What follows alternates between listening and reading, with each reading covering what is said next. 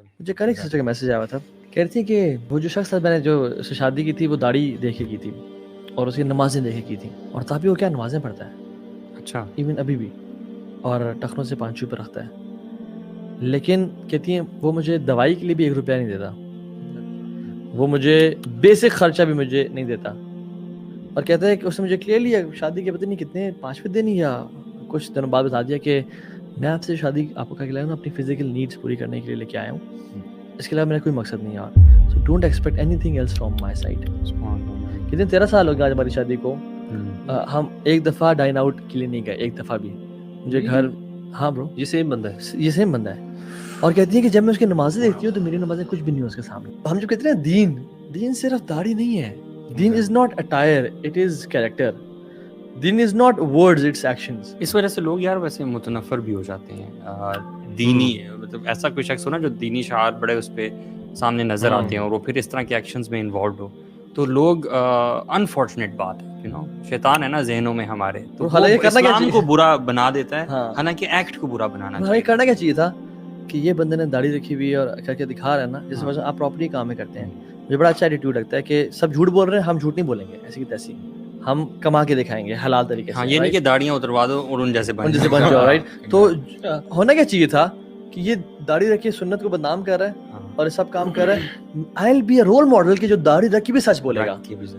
ये होना चाहिए था कि शैतान किसी से गुमराह करता है हमें, हमारी ग्राउंडिंग्स दीन की हमें स्ट्रांग नहीं होती। वो कहता है कि अच्छा दीनदार ऐसे होते हैं, हालांकि दीनदार ऐसे नहीं होते, दीनदार अल्लाह के नबी जैसे और सहाबा जैसे होते हैं। जिससे आप शादी कर रहे हैं ऐसे बंदे से करें जो कैरेक्टर वाला हो, ठीक है।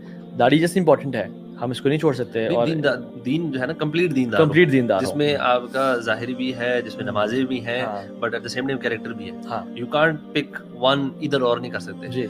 इवन कुछ लोग सिर्फ ये ना सुन के ना समझे कि सिर्फ character is the only thing, और ना दाढ़ी है ना कुछ और है, ना नमाजें ना कुछ और है। अच्छी बात है, character is good, but the other thing is also very important. Exactly, because जब अल्लाह का डर, खौफ, तकवा दिल में होगा ना, तो इंसान हर इंसान गलती करता है। So once they make a mistake, they'll at least regret it and realize and try to fix it. Important क्या कैरेक्टर कैसा है, कैरेक्टर, और कैरेक्टर जो है ना सामने नहीं आता, he is presenting or she is presenting the best version of themselves।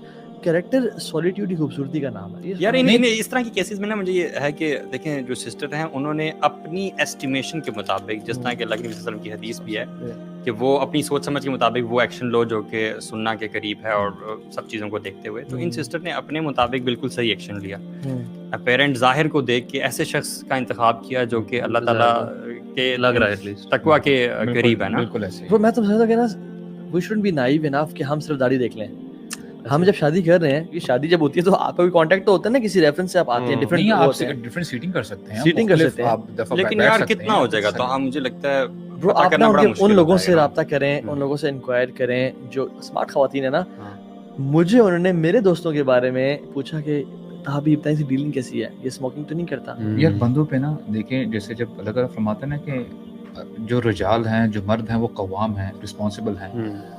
अगर बंदा अपनी रिस्पॉन्सिबिलिटी से जहाँ छुड़ाता ना कि मेरा काम है, बस मैंने पैसे कमा लिए, इनको छत दे दिया, दैट्स इट, कोई एथिकल वैल्यू नहीं है, कोई उनको जो है ना कि यानी जिंदगी गुजारने का तरीका नहीं बता रहा, तो फिर उसका द डे वुड कम कि उसकी ये पैसे कमाना और ये वो उसके काम नहीं आएगा।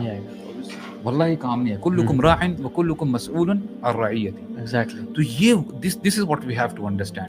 हमारे ऊपर वी बीइंग एज कवाम, फॉर एग्जांपल हमारे फादर्स हैं या हम अपने घर के कवाम हैं, बहुत बड़ी रिस्पॉन्सिबिलिटी है, और हमसे पूछा जाएगा, कि तुमने जो है अपनी वाइफ के साथ क्या तुमने ट्रीटमेंट की है, तुमने अपने बच्चों की क्या तरबियत की है। बच्चे पढ़ लिख जाते हैं लेकिन दीन का कुछ भी पता नहीं होता।